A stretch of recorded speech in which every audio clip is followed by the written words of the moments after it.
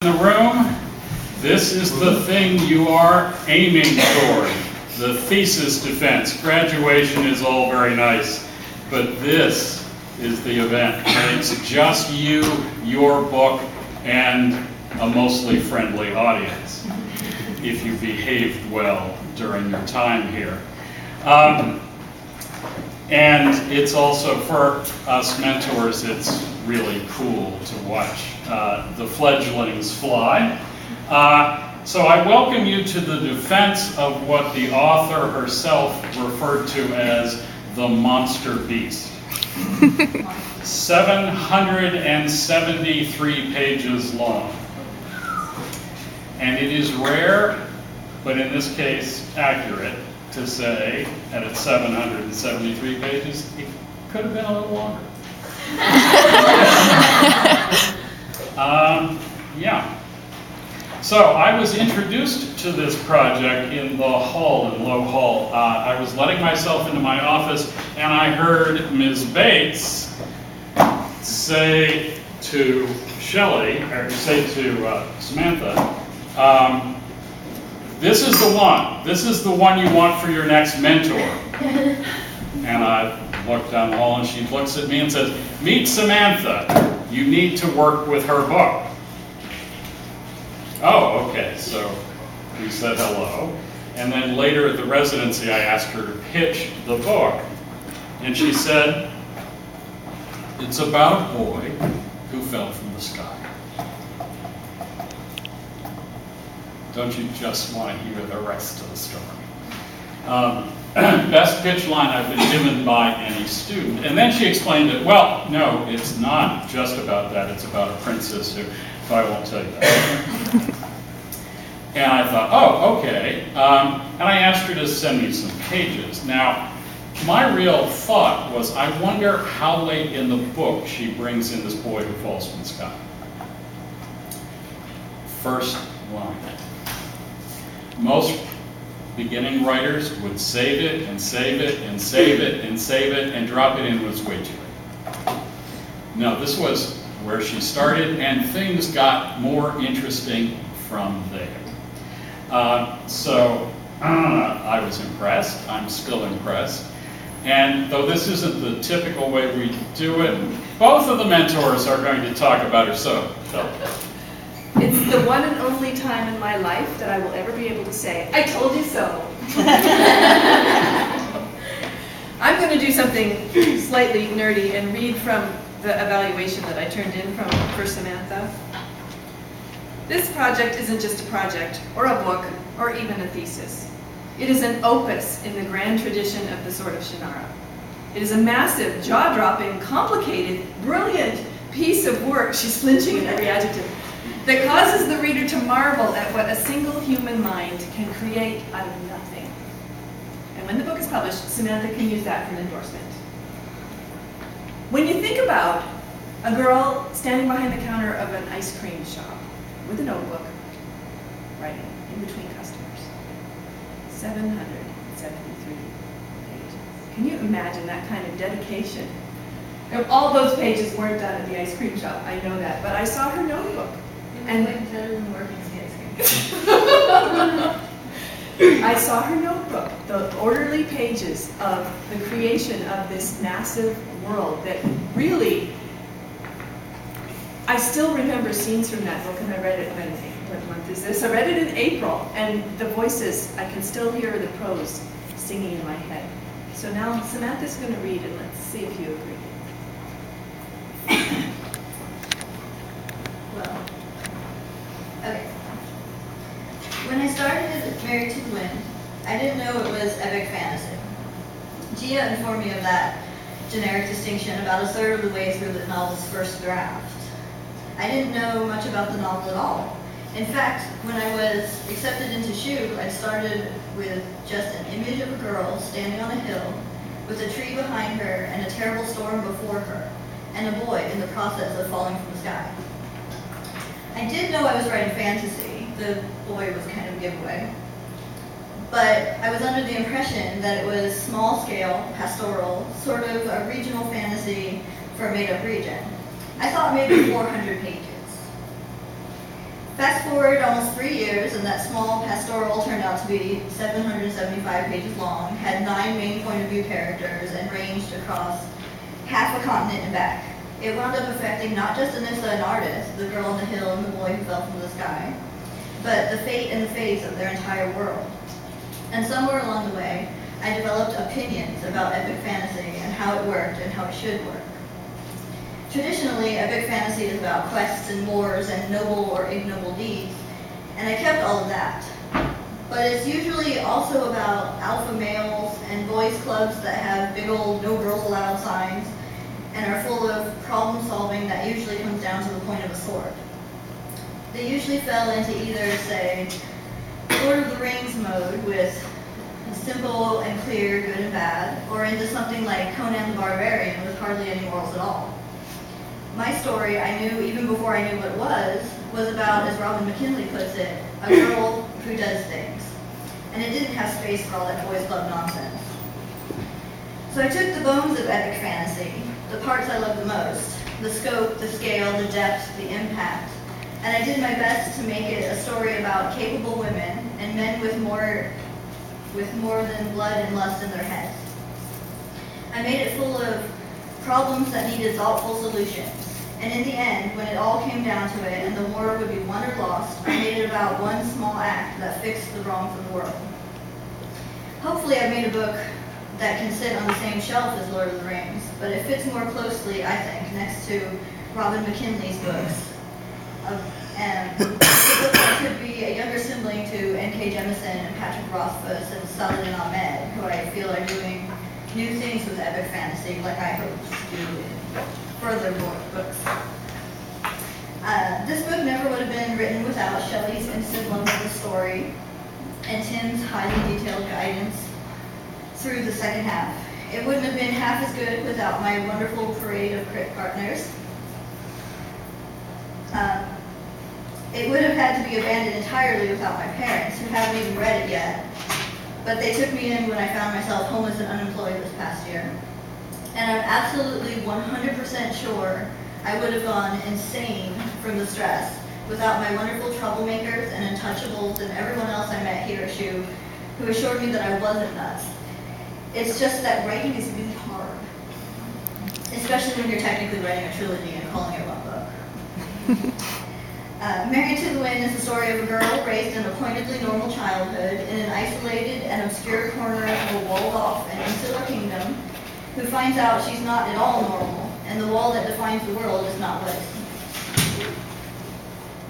I'm going to read the whole first chapter, which sets up the two main protagonists, and I'm going to read the introduction of the second female lead and the villain, and then I'm going to read the climax of the first part, which hopefully will be exactly the right time.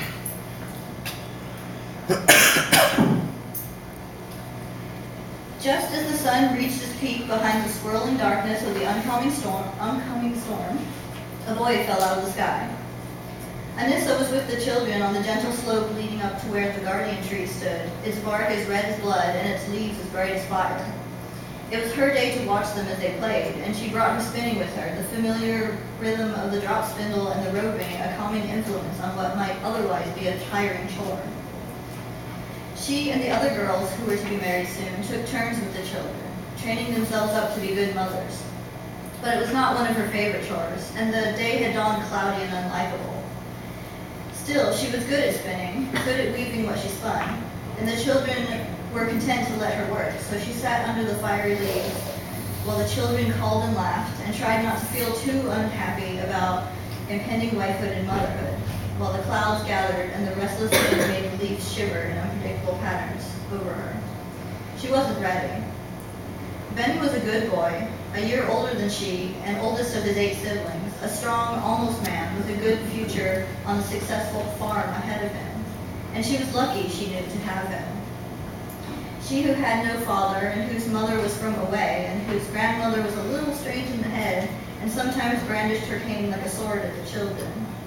Benny didn't care about any of that. He was always good to her, had been since they were children, and she'd known all her life that they were to be married. They'd been promised as youngsters the same year she started school, and had gone through the early rites last year to cement the agreement. He was a good match for her. Everyone agreed.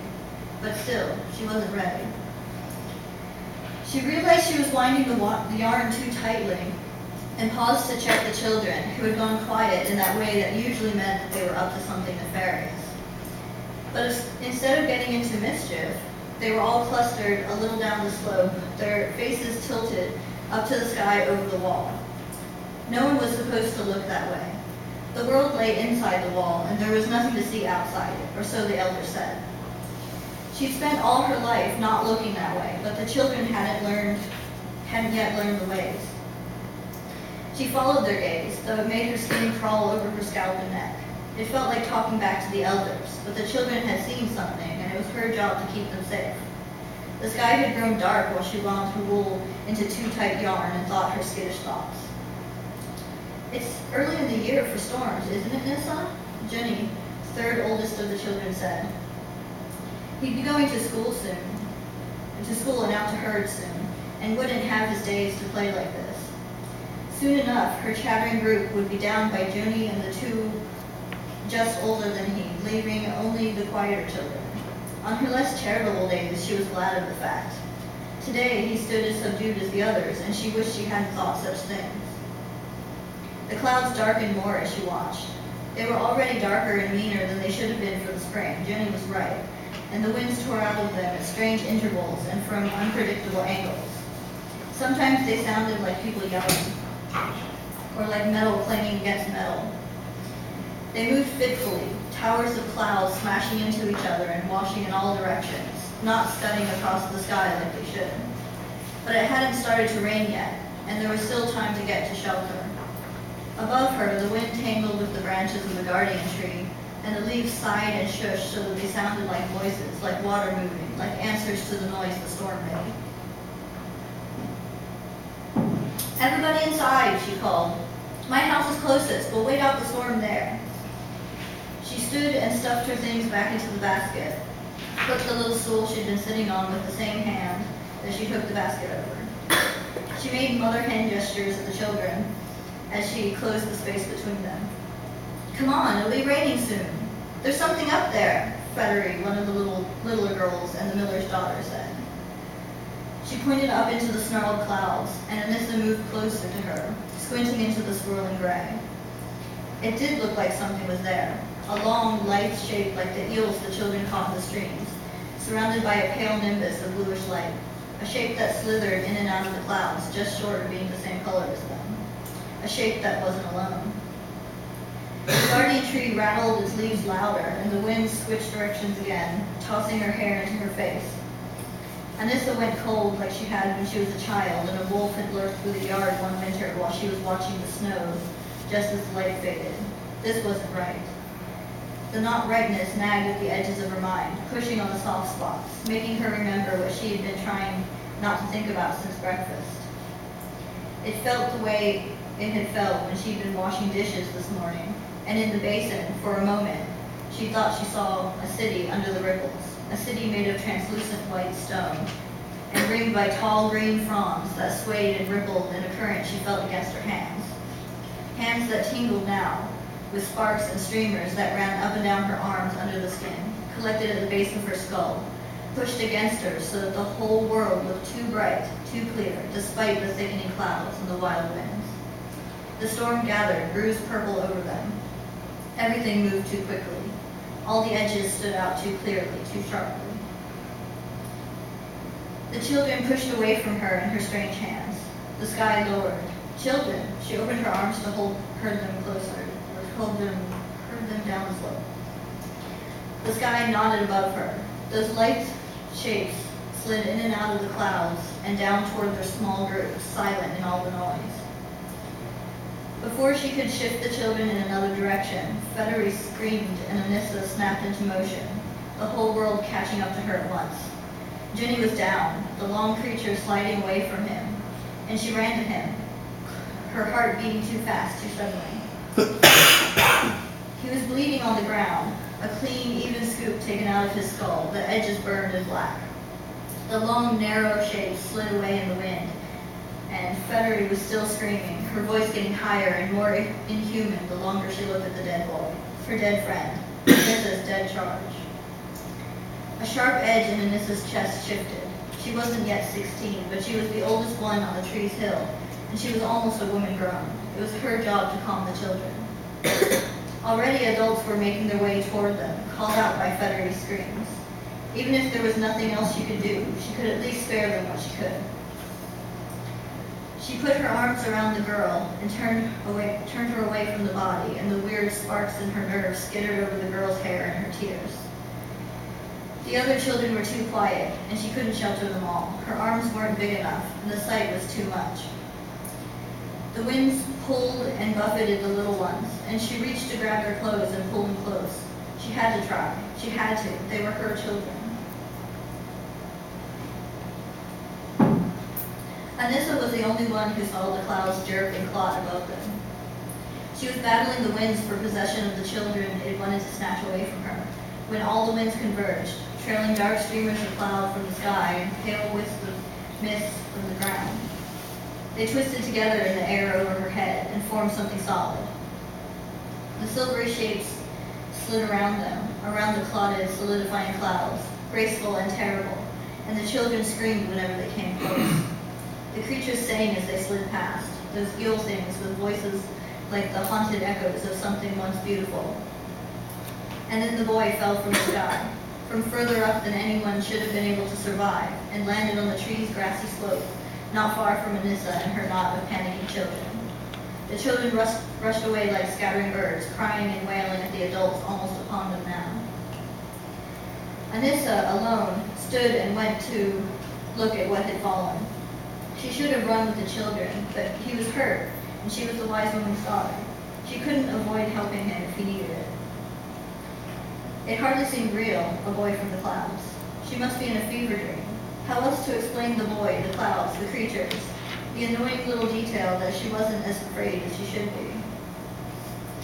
He was battered, bruised, and cut, but he was cleaner than she would have thought someone so beat up should be. The undamaged portions of his skin pale and smooth like no man's skin she had ever seen. He was entirely hairless, from the top of his curved head to the bottoms of his scratched feet. He was young, not likely much older than herself, though the lack of eyebrows and hair on his head might have made him look younger. When he opened his eyes, they were the color of the clouds above him and held the same ominous roll. They seemed as old as the sky itself. "Help me," he said. There was thunder in his voice, and vulnerability. She wanted to run, but this was like a dream, too strange and too sudden, and instead she found herself standing still, the tree's insistent rambling filling her head, looking down at him as the first raindrops landed cold and heavy on her head and shoulders. The screams of the children mixed with the rattle and snap of the tree branches above her, and her own voice sounded muffled and strange when she spoke. "How?" she asked him. She crouched down to see him better, but didn't touch him. Real boys didn't fall from the sky. This could be anything. It wouldn't be the first time a demon or some agent of evil had taken on a pleasing form to trick the good folk of Bolivia. The old stories were full of such things. She reached a hand toward his shoulder despite herself. He grabbed her arm with surprisingly strong fingers, and everywhere his skin touched hers, lightning arced along her veins, the energy of him making her spark and fizzle in answer. The tingling in her hands jittered into her head, opening a door there and leaving it open to a terrible wilderness of sensations without names. "Help me," he said. And then he was unconscious, and the rain fell, sudden and hard like the summer monsoons. But it was only spring. It was only then, free of his strange, dark gaze, that she noticed he was naked, and tried not to blush or look too closely as she turned away. The noise in her head. She should have noticed his undress sooner. This was improper. Her mother, the wise woman Genna, met her on the slope and grabbed her arm not far from where the boy had. Her skin burned under the pressure, tender and pink in the outline of his hand. What happened? Mother took in the naked boy, turning blue with cold on the grass, the gaping wound in Junie's head, the strange storm soaking them all. Anissa stammered, unsteady on her feet. Words wouldn't come. What was wrong with her? What had happened? None of it made sense. The rain sheeted between them, and for a moment her mother looked too distant, too young, utterly unknown. Anissa's knees gave out, and Genna sat her on the ground and told her to stay. "Someone get us shelter," she called, and one of the men who had followed their women ran off to find it. Jenny's mother shouted for him as she made her way from her own plot not far away, closer to the center of the village. The guardian tree's branches shook in the wind and rain, too loud. Didn't anyone else hear how loud it was? Anissa's ears rang, and she knew it was the sound of shock, but it sounded like swords, like crackling fire, like rushing water, like terrible, sharp clacking. "We were just playing," the nearest boy said. "Everything was fine. We don't even have sticks or anything. And then those things came." "Something hit him," Futtery said, her voice high and squeaky, verging ever more on hysteria. "Something came over the wall and went right through his head and went back." Genna grabbed the girl with more force than Anissa had ever seen her use on anyone, let alone a small hysterical child, and jerked her around to face her. "What came over the wall? What was it?" she demanded. But the little girl was useless with fear, and anything she tried to say was lost in her sobs, in the smothering shush of the rain. Genna pushed the girl into her mother's arms as the boy's mother, a woman named Sully, whom Anissa only barely knew despite their close lands, finally reached the base of the guardian tree and fell at her boy's side. "I knew it was hurt," she sobbed. "I just knew it. I felt it, didn't I? Oh, my boy, my Jenny, my boy." She tried to gather the bleeding child to her, but Genna peeled her hands back and told her to keep him still. He was too limp, too loose. It didn't matter who moved him now, Anissa knew, but it was good practice not to slap the mother in the face with her child's loss. Anissa shivered, soaked through her heavy clothes, but it wasn't only the chill that shook her. The dead boy and the older, unconscious one grew paler in the grass and the dim, watery light. She had seen children who died the cradle death before, children who hadn't survived illness. She was the wise woman's daughter, and she'd seen what happened to people so that they need her mother's skills. They were common enough in Yora, these natural deaths, but this one was not natural at all. She felt it all the way down into the very centers of her bones, that this wasn't the way things were meant to be. It felt like great slabs of the earth shifted under her, and she didn't know what was under them. She pushed back from Jenny, who had been running moments ago in the grass he now bled into, and fetched up against the fallen boy's side. Again, that spark rushed up her limbs at the contact, and she pushed away from him too. Nothing like this had ever happened before in the histories or the old stories. If he was a demon, he was a new one, and she had no way to frame his arrival or Jenny's loss. The wall was supposed to be impenetrable, uncrossable, protecting them from the chaos beyond. And yet, something had come from the other side, from the wastes where devils and barbarians lived, where terrible men wanted nothing but to harm all the First Lady's chosen few. The priests wouldn't lie, they couldn't. But they said nothing could cross the wall, and something had, and now this boy was here, and Jenny was so still on the grass. She'd come untethered from the world.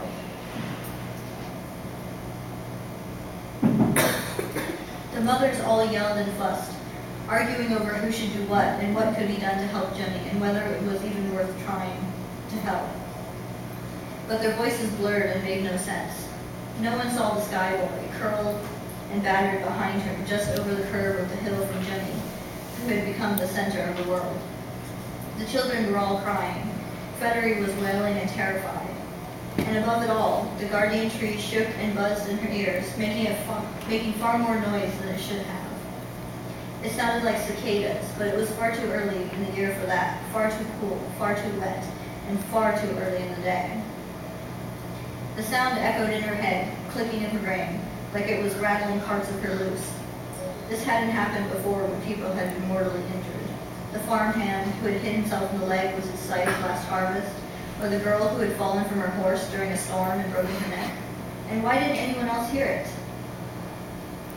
She stood and took a few unsteady steps further away from the tree and the tableau under it, and looked up into its branches, spread wide and gnarled like the biggest, oldest oak she'd ever seen, but with bark as red as fresh blood in the rain, and leaves as yellow as new flames, the only color left in the world.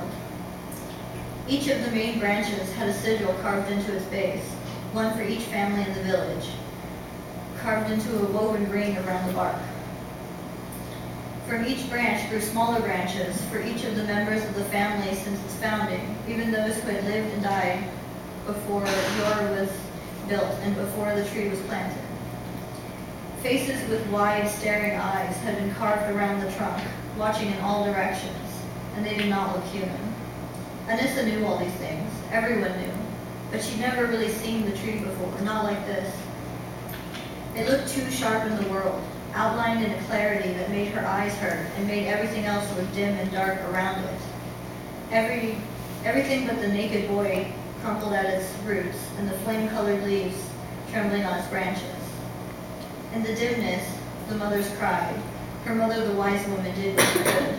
Anissa's basket had fallen over, and the roving felted itself in the rain. Her mother's golden wedding band, a continuous loop around her neck, burned, but none of that mattered.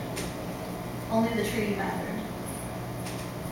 The rattling shook all other thoughts from her mind, and she followed the sound until she found the single branch that made it, the branch that belonged to Jenny, bleeding on the grass. It was impossible that the wind would be making the sound and not rattling the other branches the same way. It was the tree itself. It was trying to speak, trying to warn them. Anissa felt a snap very clearly, like the snap of a dry twig under a hunter's boot, or perhaps the snap of a bone in a hunter's skull, echo through the sudden silence in her mind, and then everything went dark. It said that when the world was created, the First Lady was one with the land and that she loved the sky. But he was so high above her that she couldn't reach him, and he couldn't reach her. Their tears created all the waters in the springs, but didn't ease their pain.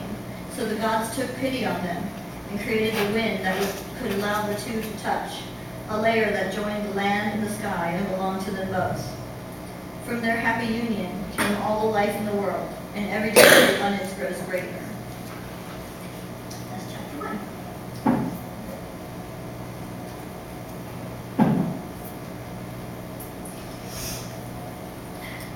The regent, this is introducing the second main character and the villain. The regent moved away from the massive window as a servant dressed in the uniform of a messenger crept into the room and bowed low, holding a silver tray with a folded and sealed note on it. "What is it?" the princess asked from where she lounged on the throne, though there was no one in the great hall besides themselves.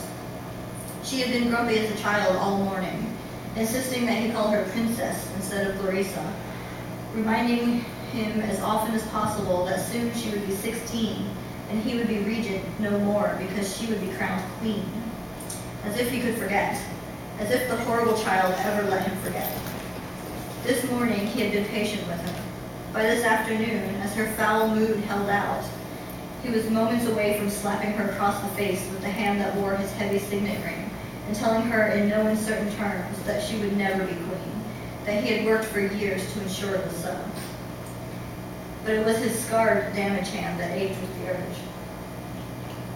It was far too soon to indulge that impulse.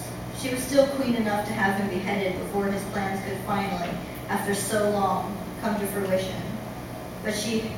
And so he held his tongue. "What does it say?" she repeated, her voice going up into the higher registers of an oncoming fit. He took the message from the tray and sent the messenger away. It didn't suit his plans for random underlings to see his anger. He took a sharp breath and made a show of breaking the seal and opening the letter's folds, of reading the words to himself first. Let her wait. Every moment she did was a moment closer to the end of her usefulness anyway. "It's a transmission through the espers," he said, "from our envoy in the south." "My envoy," she wrinkled her pretty nose. "I hate him. I'm glad he's so far away." "Yes, quite." He paused again, long enough to bite back some sharp reply that would cost him his head to the royal executioner's blade that hung above her over the throne, deadly sharp and stained with generations of traitorous blood left there to show its purpose. Clarissa had shown far too much interest in it lately, and was still in the mood. "He says he followed the trail of the criminal Bentolian to a small town well off the way of Queens. My way. and thought he'd lost it there until this morning when the new wise woman, which is Anissa, appeared to present herself to the elders like a good little peasant. Oh my. He stopped and reread the passage a few times to be sure he had it right. What? The princess demanded, as he knew she would. What is it? He looked up from the letter and looked the distasteful princess in the eyes for the first time in hours. Princess, he said, savoring every word. The message says she looks like you and has a companion, the mage says, has an energy resembling that of the criminal Ventoli. So, I come from a line of kings deeply woven into this land. There are bound to be girls who look like me. She waved a hand, dismissing the letter, and he almost tore it with the force of mastering the impulse to scream at her. Sometimes her stupidity was enough to drive him mad. He'd done his job of educating her wrong too well. Princess, I believe our man has stumbled over a plot to overthrow you. Which leads to a lot of stuff, but pertinent to this, Anissa and Artis wind up getting arrested, and it picks up at the end of the first section where they're about to be hanged and Larissa is about to be crowned. Larissa took the knife the priest offered and drew the blade across her arm. Scars on her palm like her father's would follow, but the first rite had to be richer blood, closer to the heart. She hoped they'd scar badly so everyone could see that she was queen. The blade was sharper than knives used in the kitchens or for eating, and it cut deeper than she expected. The pain exploded up her arm, and the blood welled out, sliding hot over her wrist and down her hand. She would have to be careful in future rites to avoid cutting any major veins or arteries. She'd been lucky this time. The wound bled freely, but didn't pulse out her life. The first drops of bright red living blood slid off her fingers and glittered through their fall to land on the red earth. No one had performed a rite like this since her father, and that had been so long ago that the portrait commemorating the event showed a man younger and fresher than the ones from the time when she was born. He changed from the bright-faced boy at his crowning to a king handsome and composed, but distant. The earth rumbled under the hall. She thought she could hear it echoing in the burial chambers deep under her feet, where her mother and father sat side by side for eternity. Princess Larissa raised the knife for the second cut. Anissa pushed her feet, bare and dirty, into the ground as if she could grow roots and stay here forever. The captain, the same one who had had her arrested, read the charges against the oracle. The oracle was also arrested, and I cut out that part mostly. The charges against the oracle: subversive tale-telling, encouragement of dissent, lying to the populace, heresy against the temple of the First Lady, corruption of the village's morals. The oracle screamed nonsense fragments of prophecies and visions, desperate to get anyone to listen, and if anyone did, they didn't stop the trial. Anissa listened to the earth.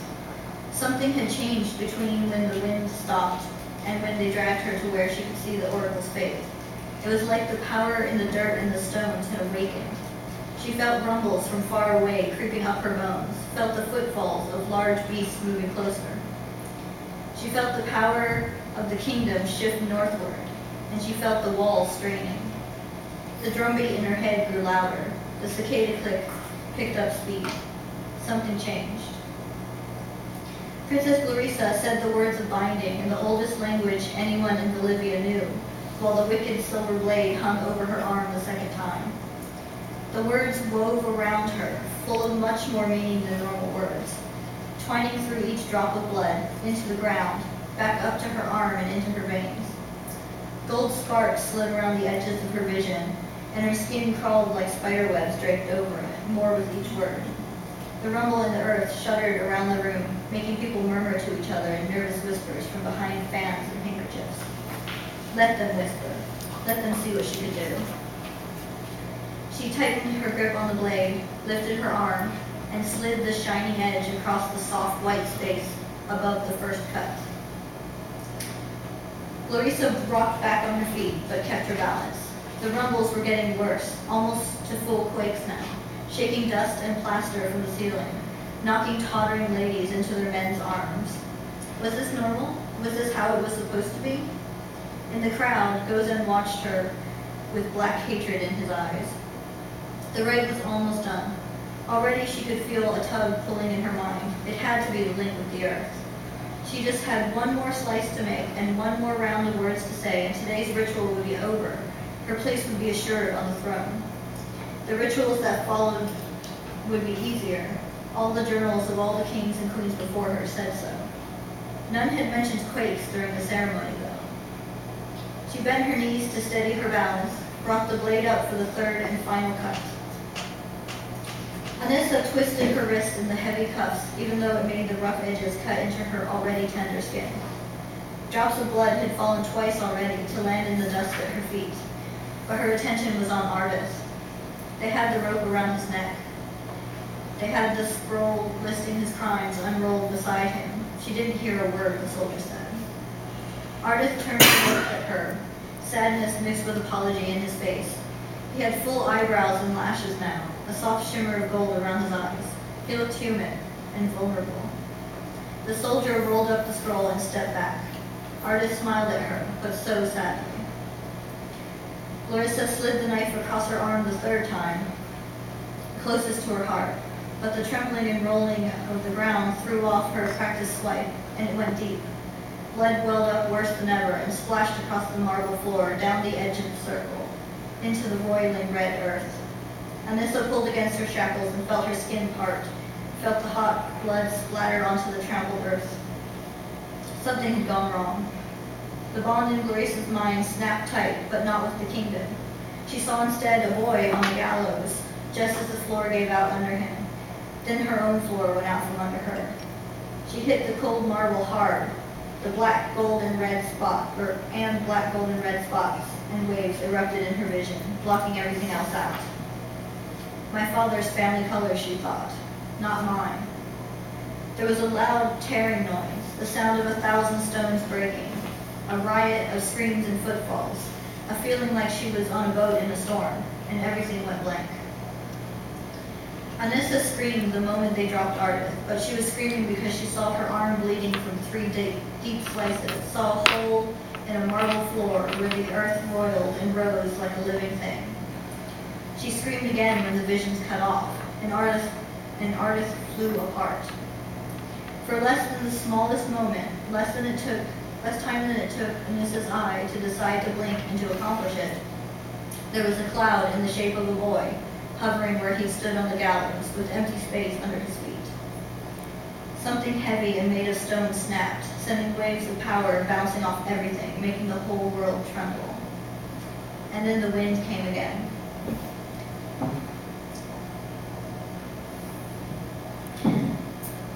This wind was not like the storms before.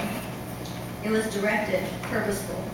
It tore through the commons, snapped the limp oracle from her rope, and laid her almost gently on the ground, tossed the soldiers away, smashed every board of the gallows to splinters, but left Anissa entirely untouched, and only barely rustled the hair and clothes of the watching villagers.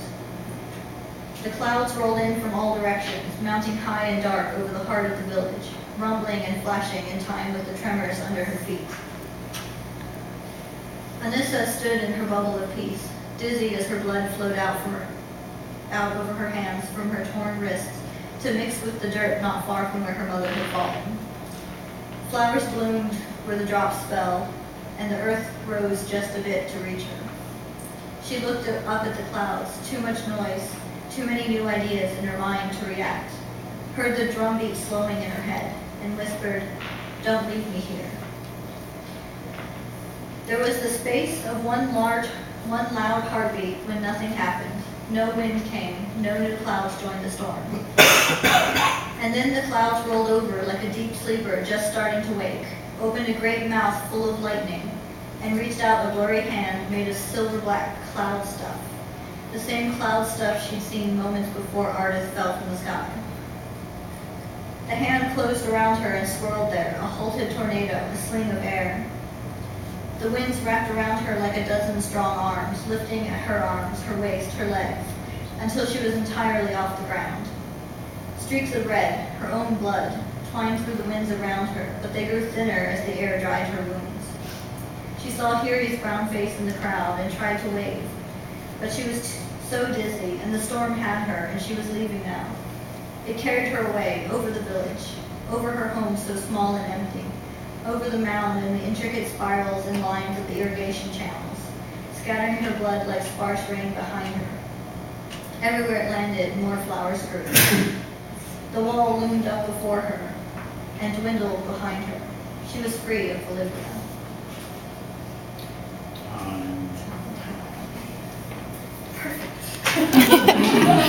So Shelley, what?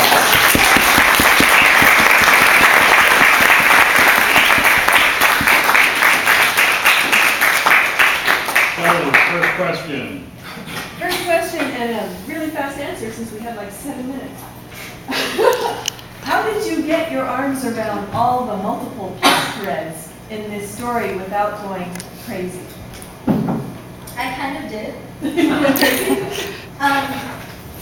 Another thing I didn't know when I started writing, that there was going to be 9 people that had speaking points of view. And that sort of revealed itself when I got to the end of this section and started the next section, and it was a whole new person. It was Chandler with the giant creatures and a totally different part of the world and a totally different culture. And then all these other people wanted to talk, and the second part for a long time was a huge mess while I tried to figure out what was going on. And I guess it did.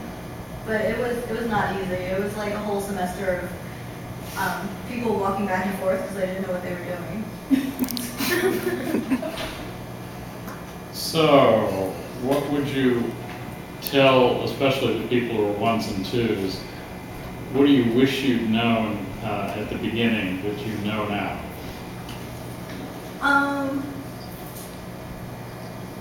Keep going. I had no plan for this story, and I know that there's other people that also are somewhere beyond Panzers. And you sort of have to just trust that the story knows what it's doing. Like, it'll tell you where it's going. And I think I had heard that beforehand, but it didn't really make any sense to me until I lived through it myself. So probably, if you had heard it before and you have not written a book, it's probably not making sense to you. But Questions from the audience?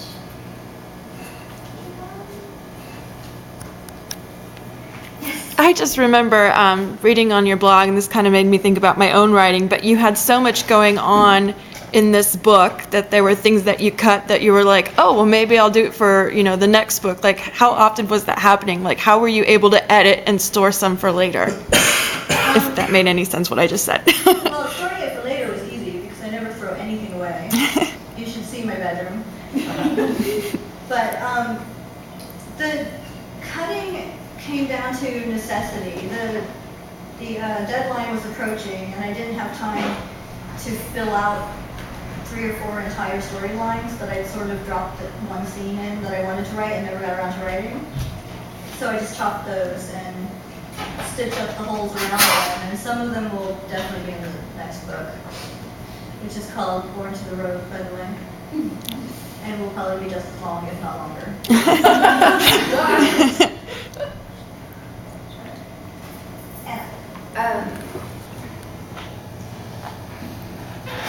Yeah. That's such a good question. I wanted to say you had a line in there, a great mouth full of lightning, and I just thought that was such a gorgeous Isn't sentence. that the best image? So I looked at it and paused for a second, and I was like, so cool. And I guess you said at the beginning that you, when you first came to Aquarium, you didn't know what your story was. You thought it might be urban fantasy or I thought it something. was going to be a pastel.